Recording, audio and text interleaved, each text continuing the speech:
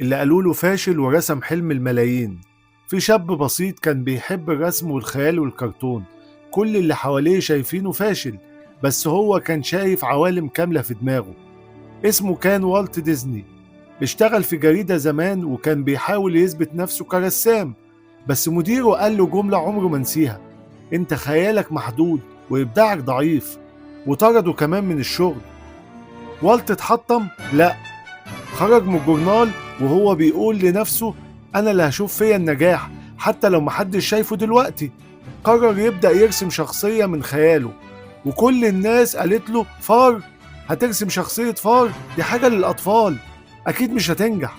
بس الفار ده بقى اسمه ميكي ماوس. ظهر لأول مرة، الناس اتجننت عليه، الأطفال حبوه، الكبار كمان حبوه. وكل الدنيا بدأت تبص للراجل اللي كان فاشل ده، وبقت تقول عليه ده عبقري. بس كل ده ما كانش كافي لوالت. قال: أنا مش هعمل شخصيات بس، أنا هخلق عالم كامل. وحلم يبني مدينة ألعاب كاملة، مش زي أي مدينة. الناس ضحكت عليه: أنت بتحلم كتير، مين هيروح مكان فيه أميرات وفار بيتكلم؟ بس والت ما كانش بيسمع لحد إلا نفسه. وفي سنة 1955 فتح أبواب ديزني لاند لأول مرة. ناس كتير داخلة بتعيط من الفرحة، أطفال بتضحك كأنهم في عالم سحري، وكل تفصيلة كان هو اللي حاططها بإيده وبخياله.